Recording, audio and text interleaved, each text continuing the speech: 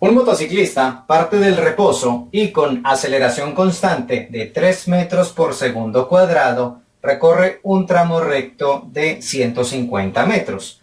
¿Cuál es su rapidez al final del camino y cuánto tiempo emplea en recorrerlo? Bien, tenemos en esta ocasión un problema sobre movimiento rectilíneo uniformemente variado. Pero si leemos con atención, nos dice el enunciado que el motociclista presenta aceleración constante de 3 metros por segundo cuadrado. Entonces, como el movimiento rectilíneo uniformemente variado puede ser acelerado o desacelerado, en esta ocasión decimos que se trata de un movimiento acelerado. Movimiento rectilíneo uniformemente acelerado. Vamos a establecer cuáles son los datos de este problema. Nos dice el enunciado que el motociclista parte del reposo. Entonces tenemos velocidad inicial igual a 0. También nos dice que presenta una aceleración de 3 metros por segundo cuadrado. Como es un movimiento acelerado, entonces el valor de la aceleración es positivo. Recorre un tramo recto de 150 metros. Esa es la distancia recorrida. 150 metros.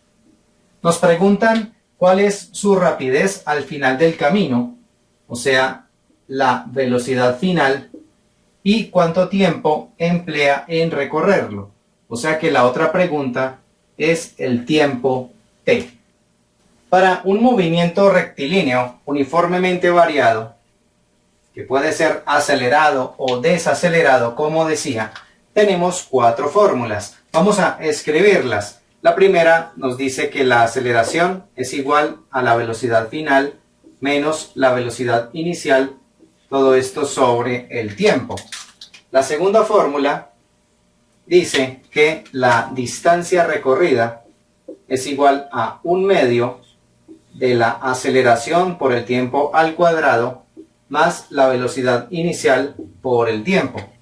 La tercera fórmula nos dice que la velocidad final al cuadrado es igual a la velocidad inicial al cuadrado más 2 veces la aceleración por la distancia recorrida.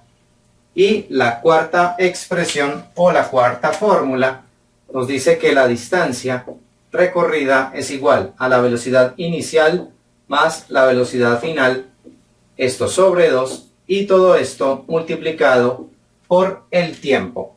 Como podemos observar, todos los datos se encuentran en metros y segundos. Eso quiere decir que no tenemos necesidad de hacer ninguna conversión. Vamos a mirar entonces con la información que conocemos y con lo que nos piden cuál es la fórmula o fórmulas que nos conviene usar. Tenemos la velocidad inicial, la aceleración, la distancia y necesitamos la velocidad final. Si excluimos el tiempo, vemos que la fórmula que no contiene el tiempo es la número 3. Entonces, esta nos puede servir para encontrar la velocidad final.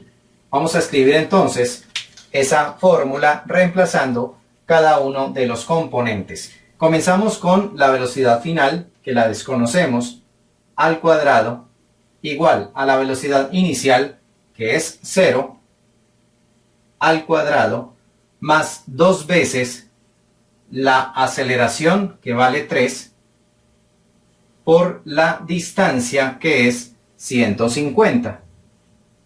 Entonces, resolvemos estas operaciones. 0 al cuadrado nos da 0. Entonces, nos concentramos únicamente en esta operación. 2 por 3 es 6. 6 por 150 nos da 900.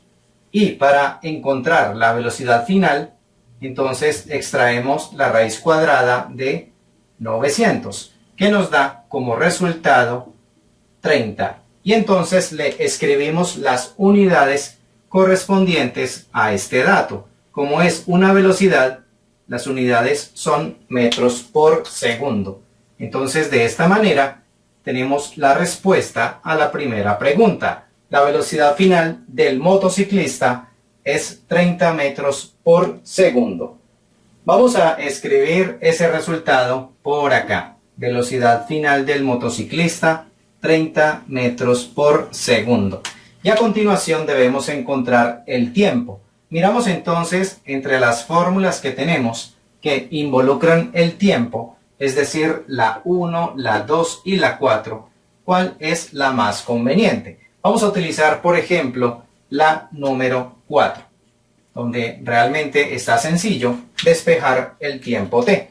Tenemos distancia, que es 150 metros, igual a la velocidad inicial, que es 0, más la velocidad final, que nos dio 30, todo esto sobre 2.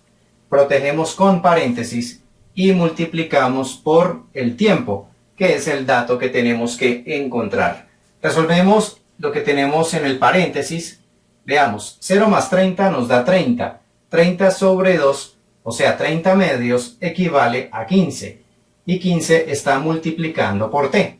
Para despejar t, entonces vamos a pasar el número 15 que está multiplicando al otro lado a dividir. Nos queda 150 dividido entre 15. Y resolviendo esa división, tenemos como resultado t igual a 10. El tiempo son 10 segundos. Recordemos escribir las unidades correspondientes al dato que estamos hallando. De esta manera encontramos la respuesta a la otra pregunta. El tiempo que tarda el motociclista en recorrer ese tramo de 150 metros es 10 segundos.